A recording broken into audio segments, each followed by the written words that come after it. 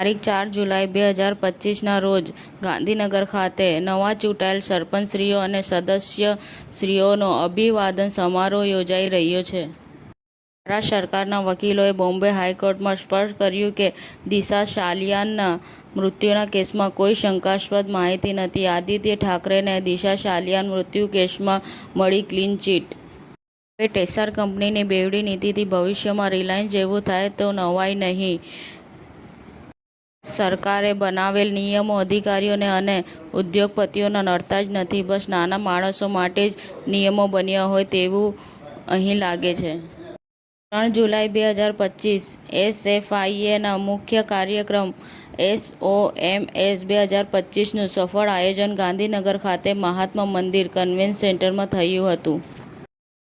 વડાપ્રધાન નરેન્દ્ર મોદી બુધવારે ઘાના પહોંચ્યા હતા, જ્યાં તેમને ઘાનાનું રાષ્ટ્રીય સન્માન મળ્યું હતું.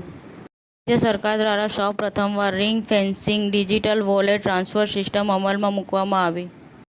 મહોરમના પવિત્ર તહેવાર નિમિત્તે ભાવનગર શહેર અને જિલ્લાના અન્ય ભાગોમાં 2 દિવસ માટે 132 કલાત્મક અને આકર્ષક તાજિયા જુલુસ કાઢવામાં આવશે. FD હાઈસ્કૂલ મક્તમપુરા ખાતે ફિલાટેલી સેમિનારનું આયોજન. વિદ્યાર્થીઓએ ટપાલ ટિકિટોના સંગ્રહ અંગે નવી માહિતી મેળવી. ડિપેન્ડ ઇન બ્લેક નવી Range Rover Sport SV black એડિશનને અલ્ટિમેટ સ્પોર્ટિંગ લક્ઝરી માટે મોનોક્રોમ ટ્રીટમેન્ટ ઉપલબ્ધ. મોરબીના ચરાઉવા ખાતે કામકાજના સ્થળે મહિલાઓની જાતીય સતામણી અધિનિયમ 2013 અંતર્ગત સેમિનાર યોજાયો હતો. સમાચાર ટુડે ન્યૂઝ ચેનલની ટીમ અને જે સત્ય છે તે જ બતાવશે.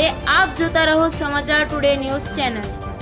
ગુજરાતની ધરતીનું ગુજરાતીઓ માટે જ, એટલે કે સમાચાર ટુડે ન્યૂઝ. અમારી સમાચાર ટુડે ન્યૂઝ ચેનલને લાઈક કરો, શેર કરો અને સબસ્ક્રાઇબ કરો અને જોડાયા રહો સમાચાર ટુડે ન્યૂઝ ચેનલ સાથે.